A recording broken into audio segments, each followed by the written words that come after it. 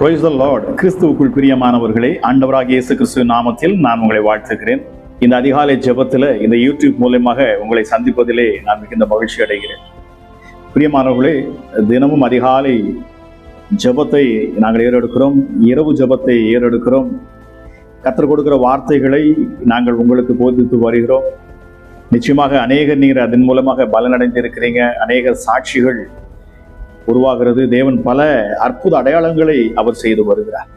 பிரியமானவர்களே, இந்த காலை வேளையிலும் கூட கர்த்தர் நமக்கு தந்த அந்த வேத வார்த்தை என்ன அப்படின்னு சொன்னா, 1 பேதுரு 5ஆம் அதிகாரம் 8ஆம் வசனம். அங்கே எழுதப்பட்டிருக்கிறது, தெளிந்த புத்தியுள்ளவர்களாயிருங்கள், விழித்திருங்கள், ஏனெனில் உங்கள் எதிராளியாகிய பிசாசானவன் கெர்ச்சிக்கிற சிங்கம் போல் எவனை விழுங்கலாமோ என்று அவன் வகை தேடி சுற்றி திரிகிறான் என்று சொல்லப்பட்டிருக்கிறது. பிரியமானவர்களே, பாருங்க, பிசாசுக்கு ஒருபோதும் நன்மை செய்ய அவனுக்கு தெரியாது. அவன் ஒருபோதும் அவன் நன்மை செய்கிறவன் அல்ல. வேதம் சொல்லுகிறது, அவன் ஆதி முதல் கொண்டு மனுஷ கொலைபாதகன். அவன் பொய் என்னும் பொய்க்கு பிதாவுமாக இருக்கிறான். அவன் ஒரு பொய் சொல்லுகிற பொழுது அவன் தன்னுடைய சொந்தத்தில் எடுத்தவன் சொல்லுகிறான்.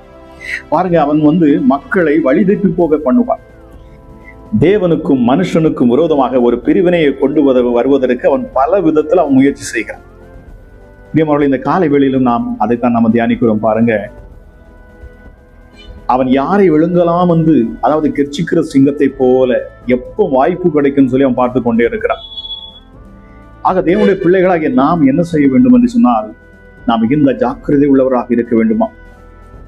எப்பொழுதும் தேவ பலத்தில் நாம் நடக்க வேண்டும். பவுல் சொல்லுகிறார், கிறிஸ்துவின் சிந்தையே உங்களுக்கு உண்டாயிருக்க கடவுள்.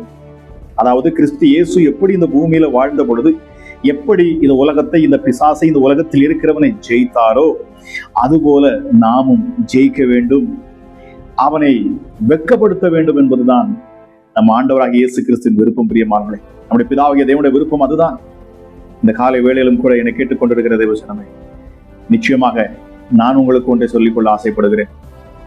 இந்த பிசாசானவனை நாம் அடையாளம் கண்டு அவனை நாம் துரத்த வேண்டும். மனிதனுக்கும் தேவனுக்கும் பிரிவினையை உண்டாக்கி ஜனங்களை தன் பக்கமாக அவன் இழுத்து பாதாளத்துக்குள், நரகத்துக்குள் கொண்டு போக வேண்டும் என்பது அவனுடைய விருப்பம். ஆனால் நம்முடைய ஆண்டவராகிய இயேசு கிறிஸ்து என்ன செய்கிறார் என்று சொன்னார், நம்மை மீட்கும்படி, ஜனங்களை மீட்கும்படி அவர் தம்முடைய ஆவியை அவர் நமக்கு கொடுக்கிறார். அளவில்லாமல் பரிசுத்த ஆவியை அவர் நமக்கு தருகிறார். நிச்சயமாக பிரியமானவர்களே, இந்த பரிசுத்த ஆவியானவர் உங்களுக்குள் வாசம் செய்வார் என்று சொன்னார். இந்த கெர்ச்சிக்கிற சிங்கம் போல வரக்கூடிய இந்த பிசாசை நாம் எதிர்த்து நின்று அவனை அழித்து போட முடியும், அவனை ஜெயிக்க முடியும், அவன் கிரியைகளை முறியடிக்க முடியும், அவன் தந்திரங்களை நாம் புரிந்து கொள்ள முடியும். பிரியமானவர்களை, இந்த காலை வேளையிலும் என்னை கேட்டுக்கொண்டிருக்கிற தேவசனமே, வேதம் சொல்லி கர்த்தருக்கு கீழ்ப்படிந்திருங்கள், பிசாசுக்கு எதிர்த்து நில்லுங்கள், அப்பொழுது அவன் உங்களை விட்டு ஓடி போவான். தேவ சமூகத்தில் அமர்ந்திருக்க நாம் கற்றுக்கொள்ள வேண்டும். பிரியமானவர்களே, நான் எதற்காக இந்த வீடியோ மூலமாக நான் பேசிக் கொண்டிருக்கிறேன் என்று சொன்னாலும், கடந்த நாட்கள்ல என்னுடைய வாழ்க்கையில் நடந்த ஒரு சம்பவத்தையும் நான் உங்களிடத்துல சாட்சியாகவும் சொல்ல ஆசைப்பட்டேன்.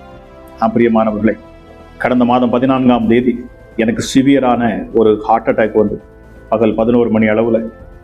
பாருங்க, கொஞ்சம் ஒரு 5-10 நிமிடம் நாம் லேட்டாக இருந்தா கூட என்னுடைய ஜீவன் போயிருக்கும். ஆனாலும் தேவன் அற்புதமாய் அவர் என்ன செய்தார் என்று சொன்னார், என் ஜீவனை அவர் காப்பாற்றினார். காரணம், தரிசனத்தை அவர் எனக்கு கொடுத்திருந்தார். எல்லாவற்றுக்கும் மேலாக வரக்கூடிய அந்த ஆபத்தை குறித்தும் தேவன் என்னிடத்தில் அவர் பேசியிருந்தார். பிரியமானவர்களே, பிசாசானவன் எவ்வளவுதான் அவன் முயற்சி செய்தாலும் அவன் தேவனுடைய பிள்ளைகள் மேல் கை வைப்பான் என்று சொன்னால் நிச்சயமாகவே அவன் அழிந்து போவது நிச்சயம். தேவன் சொன்னார், உன்னை தொடுகிறவன் என் கண்மணியை தொடுகிறான் என்று சொல்லி. தேவனுடைய பிள்ளைகளை அவன் தொடுவான் என்று சொன்னால் நிச்சயமாகவே அவன் தேவனுடைய கண்மணியை தொடுகிறான். பிரியமானவர்களே, நம்முடைய தேவன் அவருடைய உள்ளங்கைகளில் வரைந்து வைத்து இருக்கிறார். கடந்த மாதத்துல இந்த அட்டாக் வந்த பொழுது என்னுடைய துணைவியார் என்னோடு கூட இருக்கிறாங்க. பாருங்க, நான் ஒரு 4-5 முறை, அதாவது நான் சென்னைக்கு மீட்டிங் போயிருந்தப்போ, வெளியில டிராவல் பண்றப்போ, ஏதாவது பாலங்கள்ல, அதாவது உயரத்துல ஸ்டெப்ஸ்ல ஏறுறப்பெல்லாம் என்னுடைய நெஞ்சில ஒரு வலி வருவதும். நான் போய் மருத்துவர்கிட்ட கேட்ட பொழுது, சோதித்து பார்த்த பொழுது எக்கோ எடுத்து பார்க்குறாங்க, இசிஜி எடுத்து பார்க்குறாங்க. அவங்க என்ன சொல்றாங்க அப்படின்னா, ஒன்றுமே இல்லை, உங்களுக்கு ஏதோ கேஸ் ட்ரபிள் அப்படின்னு சொல்லி எனக்கு அதுக்கு மருந்து கொடுக்குறாங்க. ஆனால் இந்த சூழ்நிலைகளை நான் புரிந்து கொள்கிறேன். ஏதோ ஒரு காரியம் எனக்குள்ள நடந்து கொண்டிருக்கிறது.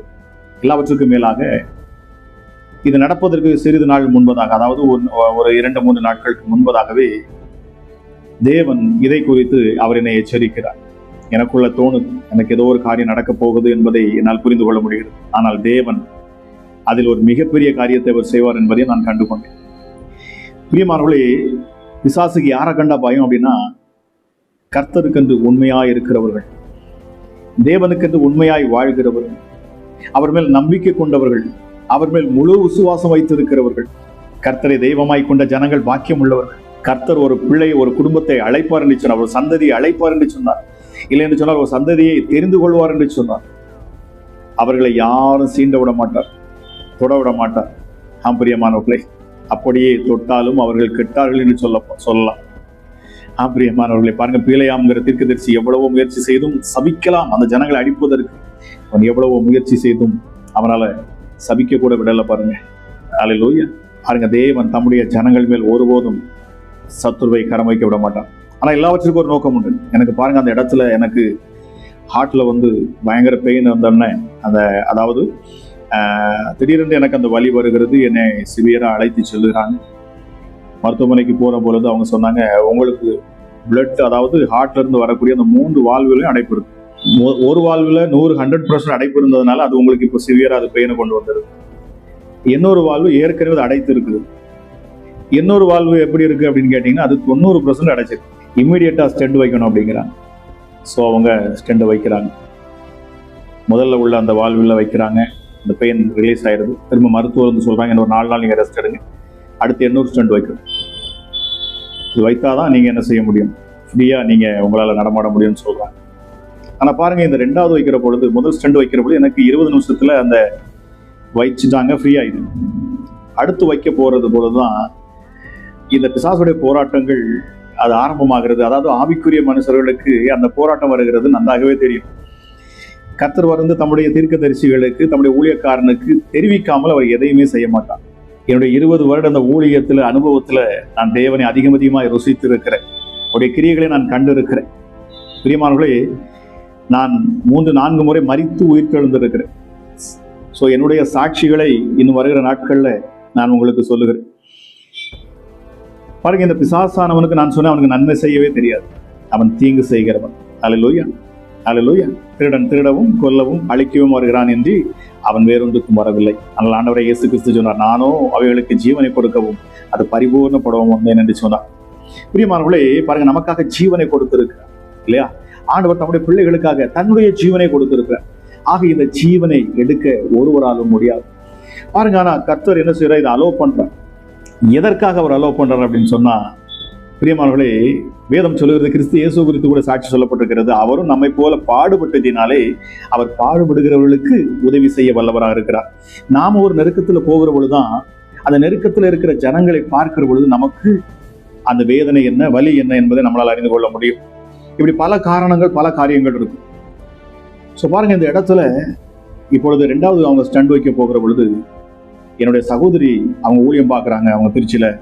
அப்போ அவங்க எனக்கு ஃபோன் பண்ணி சொல்றாங்க, அவங்க என்னை சந்திச்சுட்டு என்னை ஜெபம் பண்ணிட்டு அவங்க போகிறப்போ அவங்க சொல்றாங்க, ஆப்ரேஷன் தியேட்டருக்கு நான் போகிறதுக்கு முன்பதாக அவங்களுக்கு ஒரு சொப்பனம் வருது. அந்த சொப்பனத்துல, அதாவது ஆப்ரேஷன் தியேட்டர் ட்ரெஸ்ஸை போட்டுட்டு அநேக பிசாசுகள் ஆப்ரேஷன் தியேட்டர் ட்ரெஸ் மாதிரி போட்டுட்டு நாங்க மதுரைக்கு போகணும் அப்படின்னு சொல்லி அவங்க நடந்து போகிறாங்க. அதாவது தண்ணியில காலை வச்சுட்டு, ஒரு தார் ரோட்ல கால் வச்சு நடந்தா எப்படி ஒரு பெரிய கால் பதிஞ்சு இருக்கும், அதுபோல என்னுடைய சகோதரிக்கு தெரிந்திருக்கு. உடனே அவங்க என்ன செய்யறாங்க, புரிஞ்சுக்கிறாங்க. இம்மிடியட்டா அவங்க எல்லாம் என்ன செய்யறாங்க, டீம் அங்க உட்காந்து ஜெபிக்க ஆரம்பிக்கிறாங்க. பிரியமானவர்களே, இந்த சொப்பனத்தை பார்த்துட்டு என்னுடைய சகோதரி அவங்க கூடி ஜெபிக்க ஆரம்பிக்கிறாங்க. எனக்கு நன்றாகவே தெரியுது, அவங்க ஆபரேஷன் தியேட்டர் கூட்டு போகிற பொழுது நிச்சயமா ஏதோ ஒன்று இன்னைக்கு நடக்கும் என்பதை என்னால் புரிந்து கொள்ள முடிகிறது. பிசாசானவன், ஏனென்றால் என் மேல் தேவன் வைத்திருக்கிற தரிசனத்தை நான் அறிவேன், என்னை அழைத்த அழைப்பை நான் அறிவேன், அவர் என்னோடு கூட எவ்வளவாய் நெருக்கமாக இருக்கிறார் என்பதை நான் அறிவேன். அப்போ ஆபரேஷன் தியேட்டருக்கு போகிறாங்க. அங்கே போய் அந்த 2வது ஸ்டண்ட் வைக்கிற பொழுது நானும் நினைச்ச ஒரு 20 நிமிஷத்துல முடிஞ்சிடும் அப்படின்னு சொல்லி. பிரியமானவர்களே, 2.25 மணி நேரமானது போராடுறாங்க. கடைசியா பாருங்க, ஒரு 2 மணி நேரத்துக்கு மேல எனக்கு அந்த ஒரு குளிர் வந்துருது. குளிர்னா பயங்கரமா ஒரு ஃபிக்ஸ் மாதிரி வருது. அவங்க எவ்வளவோ கண்ட்ரோல் பண்ணி பார்க்குறாங்க. அந்த கடைசியாக அந்த ஸ்டண்ட் வைக்கிற பொழுது அவங்க ரொம்ப தடுமாறுறாங்க. அதையெல்லாம் நான் கவனித்து கொண்டே பார்த்து கொண்டே தான் இருக்கிறேன். ஆனாலும் அந்த இடத்துல தேவன் பல காரியங்களை எனக்கு உணர்த்தினார். பிரியமானவர்களே, அவங்க என்ன பண்றாங்க அப்படின்னா, அந்த கைகளில் உள்ள அந்த நரம்புகள் வழியாக தான் அந்த ஸ்டெண்டை கொண்டு போனாங்க. அப்போ பாருங்க, அவங்க ஆப்ரேஷன் பண்ற பொழுது, அதாவது ஸ்டெண்டை வைக்கிற பொழுது மிகுந்த ஒரு போராட்டத்தை பிசாசு கொண்டு வருகிறார். தேவன் அந்த நேரத்தில் எனக்கு ஒரு வசனத்தை எனக்கு ஞாபகப்படுத்தினார். என்னை விசுவாசிக்கிறவன் மரித்தாலும் பிழைப்பான், உயிரோடு இருந்து விசுவாசிக்கிறவன் என்னென்னு மறியாமல் இருப்பான். எனக்குள்ள ஒரு வேகம் வருது. அந்த கரங்கள் அவங்க அந்த அந்த இன்ஜெக்ஷனை போட்டு அந்த ஸ்டெண்டை உள்ள திணிக்கிறப்போ அந்த வருகிற அந்த வலியுடைய உச்சமே அதுதான் சொல்லப்படி. அப்பொழுதுதான் நான் கிறிஸ்து இயேசுவை நினைச்சு பார்க்கிறேன். ஏனென்றால் அவருடைய கரங்கள்ல அந்த ஆணிகள் கடவப்பட்ட பொழுது எவ்வளவு வலித்திருக்கும். இதை நான் தியானிச்சுட்டு அப்படியே உட்கார்ந்து இருக்கிறேன். அங்க பாருங்க, அதை யோசிச்சுட்டே நான் இருக்கிறப்போ தேவ ஆவியானவர் எனக்குள்ள இறங்குறத நான் அதிகமா பார்க்கிறேன். அந்த பலத்தை நான் என்னால உணர முடிகிறது. அந்த இடத்துல எனக்குள்ள ஒரு தைரியம், நான் பேசுறேன் இயேசுவின் நாமத்துல, கொல்லாத பிசாசு. கர்த்தர் சொன்ன, என்னை விசுவாசிக்கிறவன் மரித்தாலும் பிழைப்பான், உயிரோடு இருந்து விசுவாசிக்கிறவன் என்னென்னு அறியாமலும் இருப்பான். நான் பயப்பட போறதில்லை. என்னை நீ கொன்னா கூட நான் மறுபடியும் எழுந்து வருவேன். ஏன்னா என் மேல தரிசனம் இருக்கிறது, என் மேல என் ஆண்டவர் கொடுத்த தரிசனம் இருக்கிறது. நான் பயப்பட மாட்டேன். பாருங்க, அவ்வளோ ஆழமா பேசுறேன். எதிர்த்து நிற்கிற பிசாசை எதிர்த்து நிற்பீர்கள், அப்பொழுது உங்களை விட்டு ஓடிப்போம். நான் எதிர்த்து நிற்கிறேன். தேவனுடைய அன்பு அந்த இடத்துல அதிகமா ருசிக்கிறேன். என் கூட அவர் எவ்வளவா இருக்கிறாருங்கிறத என்னால பார்க்க முடியும். அப்பொழுதுதான் கர்த்தர் அவர் எனக்கு சொன்ன காரியங்கள், உன் மேல நான் வைத்திருக்கிற தரிசனங்கள், ஊழிய தரிசனங்கள் அநேகம் உண்டு. இன்னும் வருகிற நாட்களை நான் உங்களுக்கு கொஞ்சம் கொஞ்சமாக இந்த யூடியூப்ல நானும் இயேசுவும் என்கிற தலைப்புல அநேக காரியங்களை நான் பேச இருக்கிறேன். நிச்சயமாக அந்த அனுபவங்கள் எல்லாம், எவ்வளவாய் ஒரு பிசாசான சத்துரு எவ்வளவுதான் முயற்சி செய்தாலும் தேவன் ஒரு மனிதனை முன் குறிப்பார் என்று சொன்னால் அவனை ஒன்றுமே செய்ய முடியாது. வேதம் சொல்லுகிறவன் தலையிலிருந்து விழுகிற ஒரு முடியை கூட, ஆனா சொல்றாரு பாருங்க, உன் தலையிலிருந்து விழுகிற ஒரு முடி கூட எனக்கு தெரியாம. சோ தேவன் அவ்வளவா என்னை பாதுகாத்தார். இந்த 2.25 மணி நேரம் ஆபரேஷன் பண்ணி, அதாவது அந்த ஸ்டெண்ட் அவங்க உள்ள வச்சு, இன்னைக்கு பாருங்க, கடந்த மாதத்து இன்னைக்கு உங்க முன்னாடி உட்கார்ந்து நான் பேசிக் கொண்டு இருக்கிறேன். அது மாத்திரமல்ல, இதுல இருந்து நான் வெளியே வருவதற்காக அநேகர் எனக்காக செபிச்சாங்க. அநேகர் யூடியூப் மூலயமாக, வாட்ஸ்அப் மூலயமாக நான் தகவல் கொடுத்திருந்தேன். என்னை குறித்து தெரிந்தவங்க, இந்த பிரச்சனையை குறித்து தெரிந்தவங்க எனக்காக அநேகர் நீங்க செபிச்சிங்க, அநேகர் எனக்காக ஜெபம் பண்ணீங்க. நிச்சயமாக நான் அதற்கு நன்றி சொல்ல நான் கடமைப்பட்டிருக்கிறேன். அதற்காக தான் இந்த காலை வேளையில தொடர்ந்து ஜெபத்தை பார்க்கிற உங்களிடத்துல நான் நன்றி சொல்லும்படி நான் அமர்ந்திருக்கிறேன்.